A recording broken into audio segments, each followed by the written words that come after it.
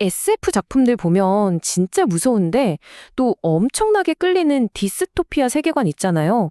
이게 너무 정교해서 어떨 땐 꼭 진짜 있는 세상 같아요. 근데 대체 왜 우린 이런 섬뜩한 세계에 이렇게까지 매료되는 걸까요? 자, 그래서 한번 제대로 파고들어 보려고 합니다. 우리가 작품 속에서 마주하는 이 복잡한 통제 시스템들, 도대체 어떤 설계도를 가지고 어떻게 처음부터 이렇게 딱 만들어지는 걸까요? 이번 시간에는 바로 그 설계도를 한번 들여다볼까 합니다. 이 매력적이면서도 소름 돋는 세계들이 어떤 핵심 부품들로 조립되었는지 우리가 직접 그 설계도를 해치하듯이 하나하나 뜯어보겠습니다. 자, 모든 디스토피아 설계도의 첫 장을 딱 넘기면 뭐가 나올까요? 바로 시스템입니다. 사회 전체를 지배하는 아주 거대하고 절대적인 규칙이죠. 이 뼈대 위에 살이 붙고 이야기가 만들어지는 겁니다. 대표적인 예가 바로 사이코패스의 세계죠. 여기서는 사람들이 가진 범죄에 대한 공포와 완벽한 안전에 대한 갈망을 아주 정확하게 파고들어요. 불안정한 인간의 판단은 믿을 수 없어. 대신 절대 실수하지 않는 차가운 AI 시스템한테 모든 심판을 맡기자. 이러면서 궁극의 평화를 약속하는 거죠. 물론 그 대가가 뭔지는 아무도 묻지 않지만요. 또 다른 설계도를 보면 이건 진짜 훨씬 더 교묘해요. 아예 생존 그 자체를 통제해버리는 거예요.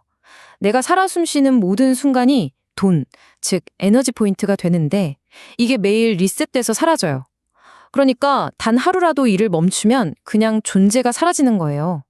말 그대로 인간을 살아있는 배터리로 만들어버리는 정말 끔찍한 발상이죠. 자, 이 표를 한번 보세요.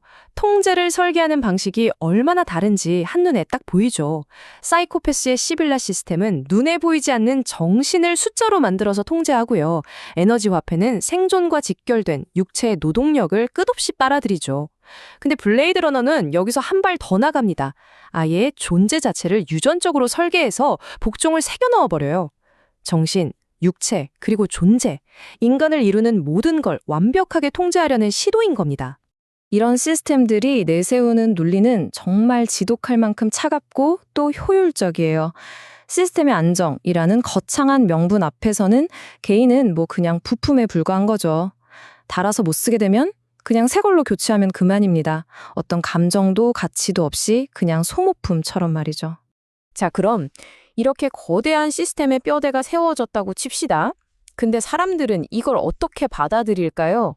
심지어는 그걸 옹호하기까지 하잖아요. 바로 이 지점에서 아주 정교한 심리적 설계가 들어가는 겁니다. 진짜 무서운 건 이거예요. 시스템 안에서 사는 사람들이 스스로 그 논리를 완벽하게 자기 것으로 만든다는 점입니다. 이게 바로 정의야. 이렇게 믿어버리는 거죠. 시스템은 더 이상 나를 억압하는 외부의 힘이 아니라 내 안의 신념이자 세상을 돌아가게 하는 유일한 질서가 되어버리는 겁니다. 그렇다면 여기서 핵심적인 질문이 나오죠. 아니, 애초에 복종하도록 만들어진 존재들까지도 어떻게 계속해서 꽉 붙잡아 둘 수 있을까요? 어떻게 그들이 벗어나지 못하게 할까요? 블레이드 러너 2049를 보면 그 답이 아주 직접적으로 나와요. 바로 기준선 테스트라는 건데요. 자, 1단계. 먼저 호출과 응답으로 상태를 확인합니다. 2단계.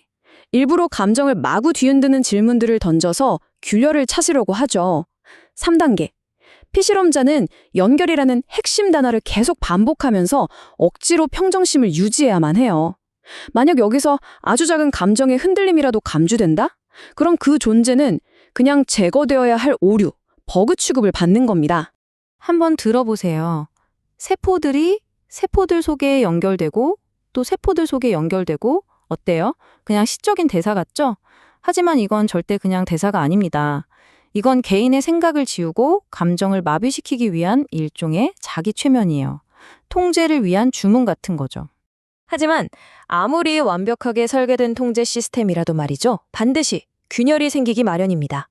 그 어떤 AI도 그 어떤 시스템도 예측하거나 통제할 수 없는 변수. 바로 인간의 저항 정신 때문이죠.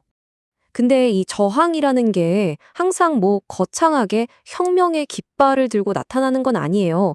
때로는 사이코패스의 코가미 시녀처럼 세상이 어떻게 돌아가든 난 그냥 내가 할 일을 할 뿐이다. 이러면서 조용히 하지만 단호하게 자기 신념을 지키는 모습으로 나타나기도 하죠. 그런가 하면 인간의 가치가 완전히 짓밟히는 세상의 가장 밑바닥에선 카이지의 외침처럼 그야말로 폭발적인 절규가 터져나오기도 합니다. 미래는 우리 손에 있어. 우리는 지려고 태어난 게 아니라고. 이건 그냥 말이 아니라 패배를 거부하는 생존의 처절한 몸부림 그 자체인 거죠. 그리고 또 때로는 한 사람의 목소리가 시대를 관통하는 아주 거대한 울림이 되기도 하죠. 우리 모두가 읽고 있던 가장 중요한 사실을 다시금 일깨워주면서요. 네, 맞습니다. 바로 이 목소리들이 핵심이에요. 그게 혼자만의 고독한 독백이든 절박한 외침이든 아니면 수많은 사람들을 향한 위대한 연설이든 말이죠.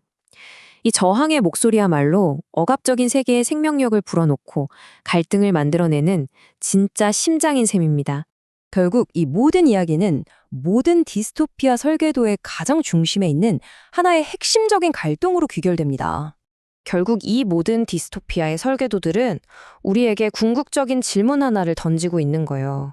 시스템이 보장하는 완벽하고 예측 가능한 안전, 그리고 인간의 선택이 만들어내는 혼란스럽고 불안전한 자유. 만약 이 둘 중 단 하나만 골라야 한다면 여러분은 어떤 세상을 선택하시겠어요? 물론 지금까지 얘기한 것들은 전부 허구의 이야기 속 설계도들이죠. 하지만 한번 생각해 보세요. 지금 현실의 우리는 우리가 가진 이 기술과 시스템으로 과연 어떤 미래의 설계도를 그리고 있는 걸까요? 어쩌면 이 이야기들은 그냥 이렇게 되면 위험해 하는 단순한 경고가 아닐지도 모릅니다. 바로 우리 시대가 반드시 답해야만 하는 가장 중요한 질문을 던지고 있는 건 아닐까요?